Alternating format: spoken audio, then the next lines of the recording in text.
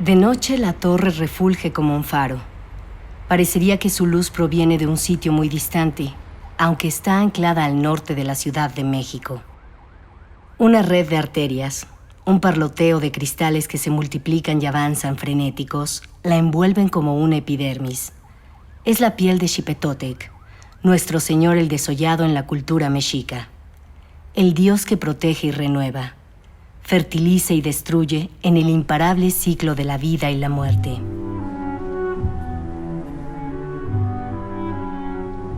De día, Xipetotec se funde y confunde en los 20 pisos de esta torre que reluce bajo los rayos del sol. Sin embargo, su recubrimiento de mármol blanco confiere una sensación casi glacial. Resulta impensable que para formarse, esa roca viva haya soportado presiones geológicas intensísimas y temperaturas infernales antes de que se le pueda extraer para revestir edificaciones que, en su mayoría, detentan alguna forma de autoridad y anhelan permanencia. La verticalidad de este edificio nos habla de su presencia inconmovible y pone en perspectiva nuestro minúsculo tamaño. Desde siempre, el vínculo que existe entre la arquitectura y los habitantes de una ciudad constituye la historia de la forma en que el hombre quiere controlar el tiempo y marcar su época, influir sobre la vida y los hábitos de una población. La Torre de Tlatelolco, alguna vez uno de los edificios más modernos de México, fue símbolo de una institucionalidad que se innovaba y se representaba a sí misma a través de una nueva epidermis, la arquitectura. Los símbolos de la arquitectura son muy potentes ahí. La arquitectura, yo así la entiendo, transmite símbolos que a veces, como en este caso, fueron puestos por el arquitecto y fueron muy bien puestos. Los símbolos de la solemnidad, los símbolos del poder, los símbolos de la diplomacia internacional. Están muy bien puestos y no se pueden borrar tan fácilmente.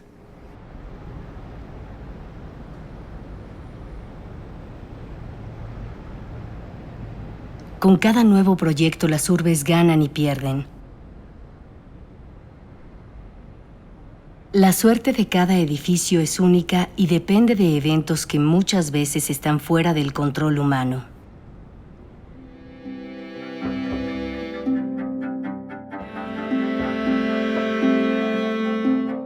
Hoy, la torre que se construyó para celebrar el papel de México en el mundo a través de su Secretaría de Relaciones Exteriores alberga al Centro Universitario Cultural de la UNAM. Una presencia ahora habitual dentro de un perímetro que, de alguna manera, sintetiza buena parte de la historia de nuestro país.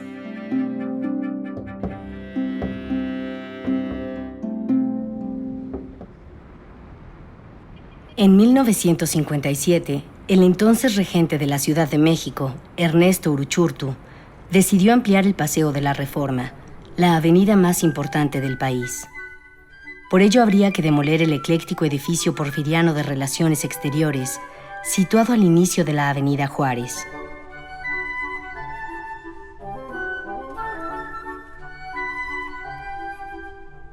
Se presentó así la necesidad de un nuevo edificio que albergara a la Secretaría de Relaciones Exteriores.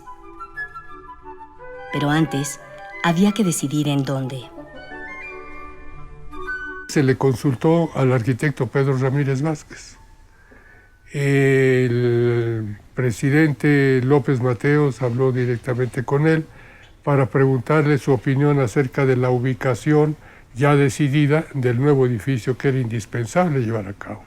Esto es importante, no era una decisión tomada al garete o tomada de manera muy rápida, sino que era indispensable para la Secretaría. ¿Y por qué hablan con el arquitecto Ramírez Vázquez? Pues porque el arquitecto Ramírez Vázquez está terminando en el año 64, está terminando un conjunto de museos que son un prestigio para el país, para la arquitectura, para la educación pública, para Torres Bodet, que lo impulsó, que era uno de los museos, un conjunto, un sistema de museos que se llevan a cabo y de manera muy exitosa en todos sentidos. Pedro Ramírez Vázquez se graduó a los 25 años en 1944 en la Escuela Nacional de Arquitectura de la UNAM, con la primera tesis sobre urbanismo que se hizo en el país. Ese mismo año entró a trabajar en el comité organizador del Programa Federal de Construcción de Escuelas, el CAPCE, con un programa desarrollado por él de aulas prefabricadas. Se construyeron alrededor de 35,000 en los lugares más dispersos y variados del país. Así, con un exitoso modelo de aula rural, empezó la larga carrera de 7 décadas del autor de algunos de los edificios más icónicos y monumentales del México del siglo XX, sin contar los numerosos proyectos internacionales.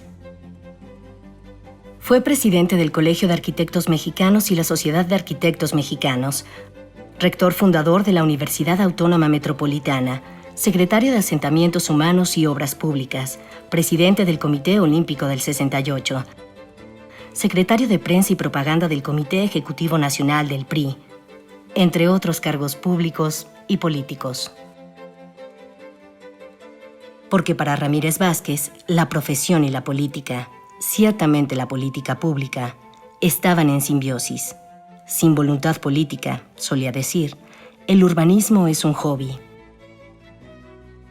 Sus edificios son el legado del proyecto de Estado del momento en que fueron construidos, pero sobre todo, reflejan su principio de que arquitectura y urbanismo eran, ante todo, actividades de servicio. La belleza solo sería el resultado de una obra acertada. El llevar a cabo este punto de principio y extenderlo a las técnicas y los materiales propios de la región, adecuados a la región, con la economía de la región y con la mano de obra de la región, es otro punto de principio muy importante.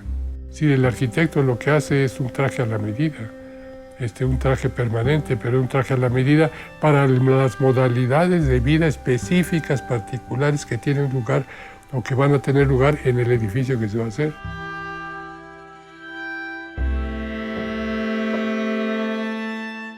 Es una deformación de la concepción de la profesión el pensar que debe lograrse la belleza y esa belleza parecerse a la que se hace en otros continentes, en vez de resolver el problema de dar cabida a las modalidades de vida particulares.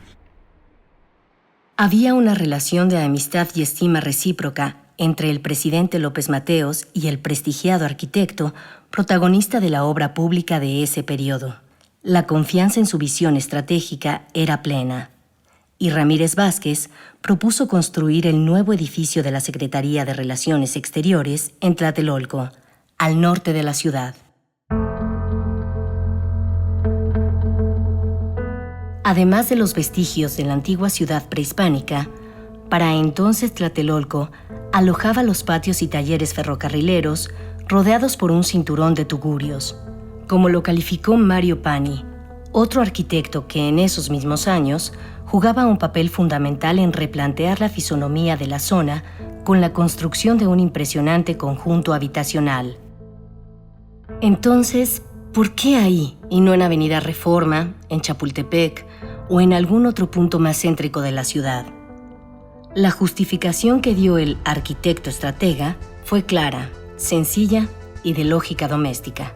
Ramírez Vázquez contesta, casi repitiendo sus palabras, le contesta al presidente que la Secretaría de Relaciones Exteriores es como la casa de nuestro país, en donde se recibe a los visitantes más destacados de los países extranjeros. Que entonces la Secretaría de Relaciones es como la sala de la casa, el área de recepción de la casa. Y en la sala de recepción en nuestra casa suele estar el retrato de los familiares, de los abuelos, de nuestro pasado. Y que en ese sentido la plaza de Tlatelolco representaba esa posibilidad, porque los edificios, el virreinal y el moderno que estaría ahí, y los restos de la arquitectura mesoamericana, pues eran los retratos, eran los abuelos que estaban ahí presentes. Y en este sentido, los visitantes extranjeros visitarían la casa con nuestro pasado, con nuestros abuelos, conformando un conjunto que además ya empezó a hablarse desde un principio de la Plaza de las Tres Culturas.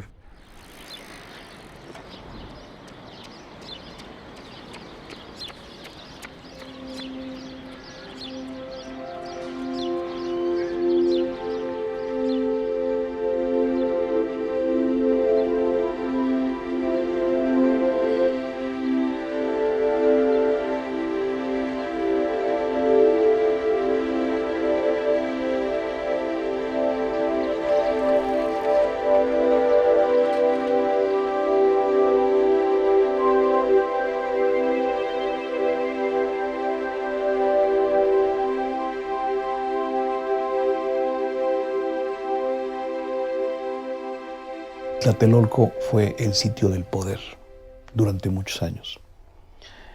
Y fue un sitio en el lópezmateísmo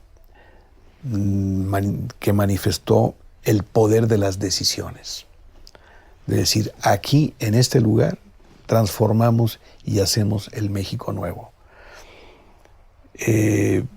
México nuevo en donde tendrá que haber un sitio, porque no podían pasar por alto, en donde tendrá que haber esa fusión, que este es un tema, esa fusión cultural. Este es un tema muy interesante que empieza a ser importante precisamente en esos años. Es el tema del mestizaje. Empieza a ser importante en la arquitectura, como símbolo. Y casualmente el que lo utiliza, el que lo maneja mucho es Ramírez Vázquez. Para otros arquitectos los temas son otros, pero para él el tema del mestizaje cultural es muy fuerte. Él no interviene en la concepción de la Plaza de las Tres Culturas y tampoco lo hace Pani directamente, lo hace Ricardo de Robina, que es uno de los arquitectos que están trabajando con Pani. A Ricardo de Robina se le ocurre el tema de las tres culturas, que es dejar los vestigios prehispánicos, los restos del convento de los franciscanos y la iglesia de Santiago. Y atrás está la cobertura de la arquitectura moderna. Por eso es que Ramírez Vázquez dice, ahí voy a hacer mi edificio.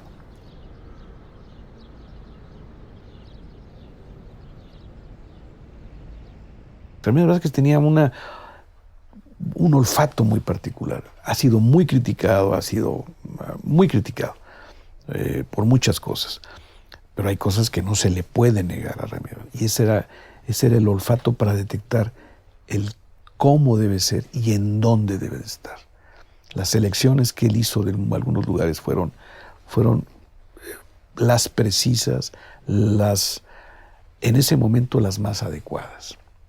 Y en este caso, el haber armado la plaza con esa torre, maravilloso, porque es un prisma espectacularmente bien diseñado,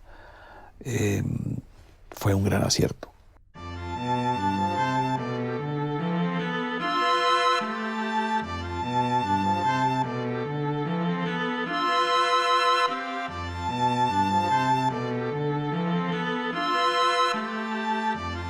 Con todo esto, Tlatelolco se haría visible en México y en el mundo entero.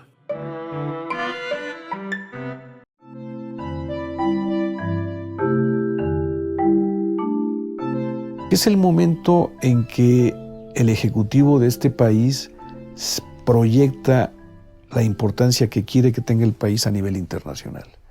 Entonces es la época en que el presidente empieza a viajar mucho para conformar las relaciones internacionales de comercio, de cultura, y se trata de darle a México una imagen de solidez. Son los 50 años de la Revolución. Entonces, el planteamiento es el siguiente paso de la Revolución en este proceso de modernización del país es mostrarle al mundo lo fuerte que es México. ¿Y cómo se lo mostramos? Con una torre. En 1963, Ramírez Vázquez y su equipo de colaboradores asociados, Rafael Mijares, Bernardo Uribe, Víctor Lara y Arturo Ayala, dieron inicio a la construcción de todo el conjunto que ocuparía 37,000 metros cuadrados con la gran torre de 102 metros de altura. Casi una Babel hecha realidad. La estructura del edificio estaba diseñada para soportar un terremoto de hasta 8.1 grados, una eventualidad que en ese momento se consideró de lo más improbable.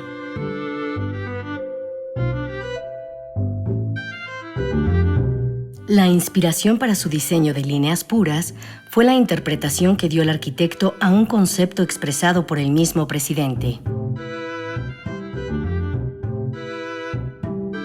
Que cómo se le ocurría, que cómo pensaba que fuera este nuevo edificio para la Secretaría. Y López Mateos le contestó que fuera un edificio que evocara la limpieza y la verticalidad con que México asumió sus relaciones exteriores.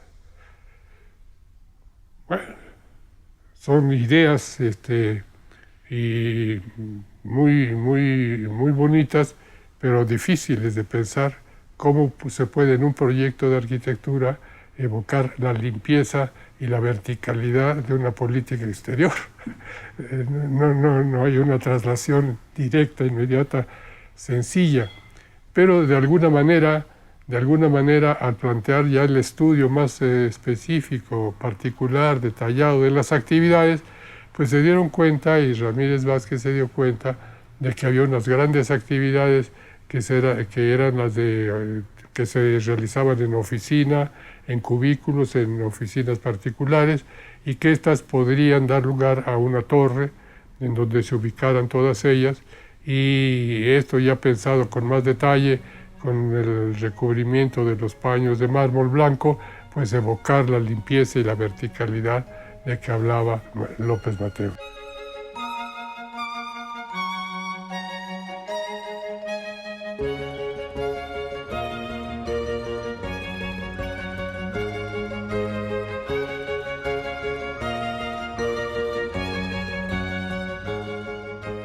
Una imagen muy clásica de la arquitectura, el basamento con el prisma y el pórtico en derredor cuando era la sala de pasaportes en la Cancillería.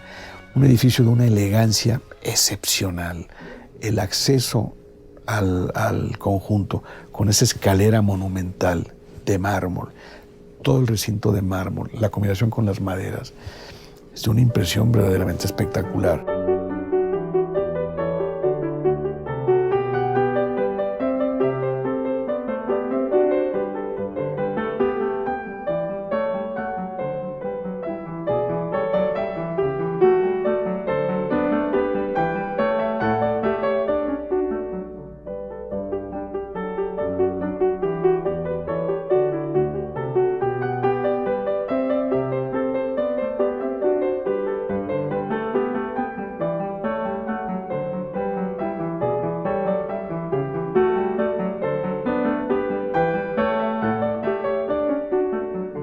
El conjunto se conforma por la estructura horizontal de 3 secciones, destinada principalmente a los servicios al público de la Cancillería y en donde también se ubican los auditorios.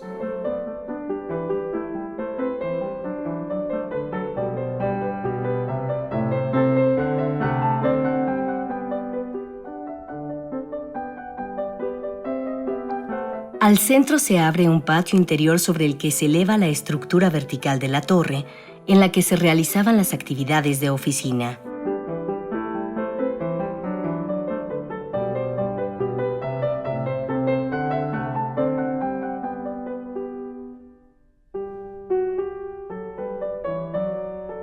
La nueva Secretaría de Relaciones Exteriores quedó inaugurada en 1966 bajo el mandato del presidente Díaz Ordaz.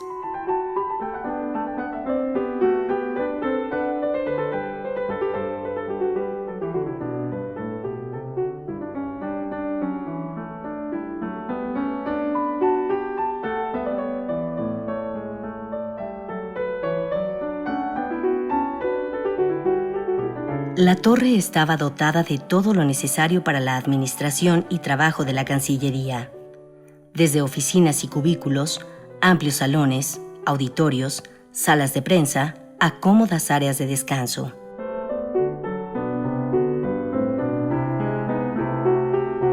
El brillo de los mármoles se equilibraba con los acabados mate de las caobas. Como ya se comentó, según la sobria y austera elegancia moderna de la diplomacia internacional.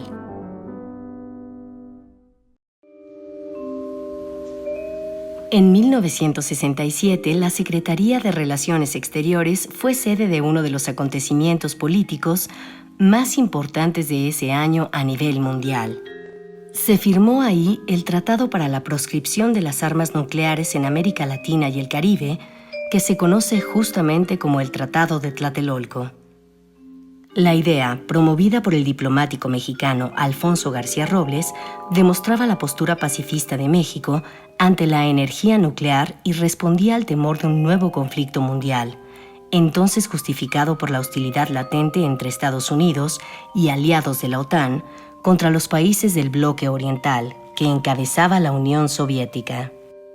En la actualidad, el tratado sigue vigente y ha sido suscrito por un total de 18 naciones latinoamericanas.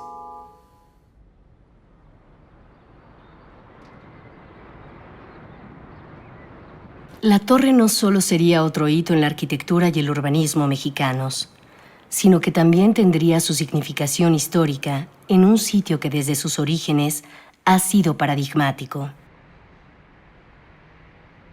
Tlatelolco es un punto donde confluyen hechos históricos y simbólicos de México fundamentales.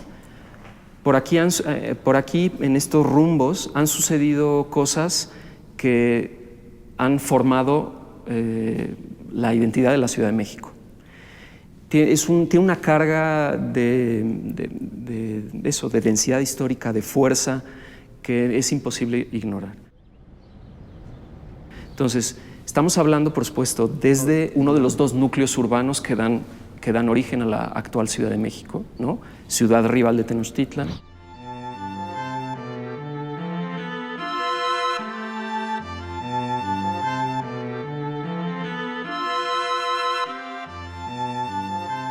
Alrededor del año 1338, un grupo disidente de la élite mexica salió de Tenochtitlan para asentarse en uno de los islotes al norte de la gran ciudad y fundar ahí Tlatelolco, montículo redondo, según su significado en lengua náhuatl. Las excavaciones arqueológicas han rescatado los grandes basamentos del centro ceremonial y una gran cantidad de objetos que permiten conocer la importancia cultural de esta ciudad que alcanzó supremacía comercial en la Cuenca de México.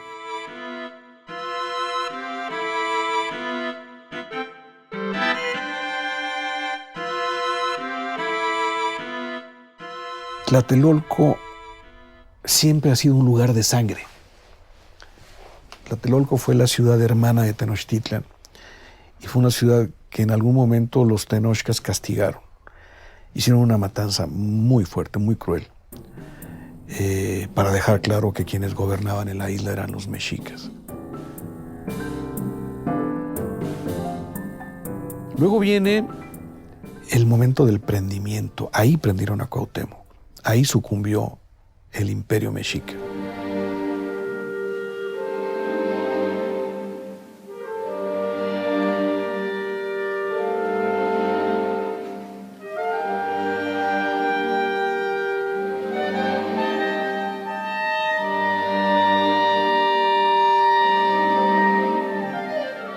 Estamos hablando del último bastión de resistencia durante la conquista en el Valle de México.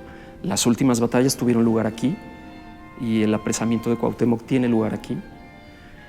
Durante la época prehispánica y durante la época colonial fue el centro del comercio de Mesoamérica, un tianguis, según cuentan los cronistas, gigantesco, donde se encontraban productos de miles de kilómetros de distancia de origen, y que eso además fue parte de la identidad de Tlatelolco durante siglos.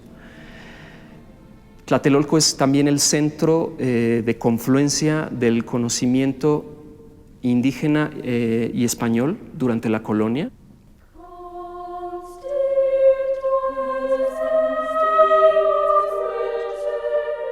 Fue el primer colegio de estudios superiores que hubo en el virreinato, fundado por Juan de Zumárraga, arzobispo de la Ciudad de México, y por Fray Bernardino de Sahagún, los franciscanos que en el año 36 abrieron el Colegio de la Santa Cruz, donde se contó buena parte de lo que es la historia antigua de México.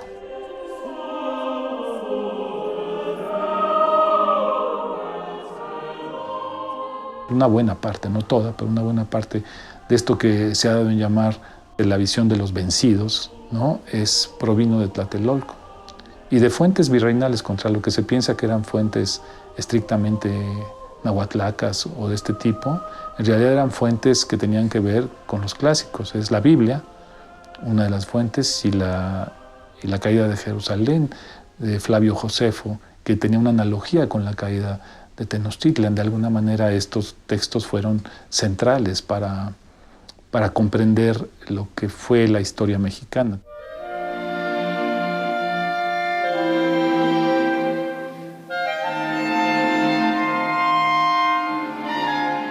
Tlatelolco juega un papel muy importante en la decena trágica, ¿no? Aquí se origina el movimiento de la decena trágica, que termina con una masacre en lo que hoy es el Zócalo.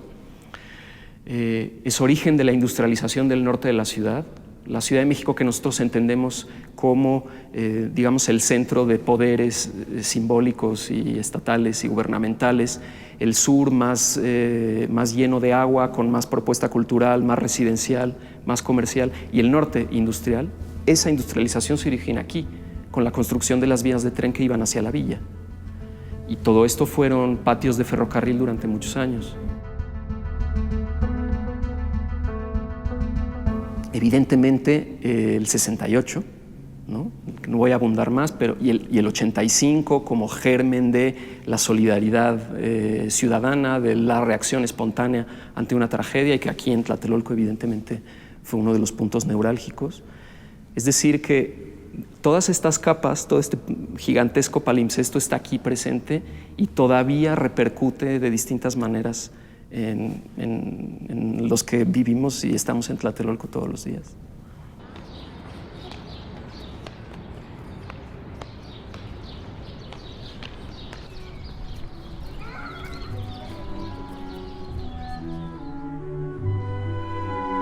Si desde la Torre México dialogaba con el mundo, cabe preguntarse cuál fue la percepción que de este edificio tendrían los ciudadanos más próximos, los de los barrios circundantes.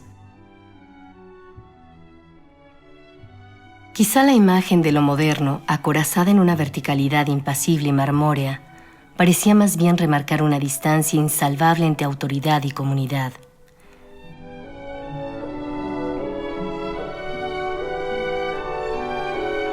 En paralelo, el paisaje urbano alrededor de la torre también estaba experimentando una radical transformación en pos de la modernidad.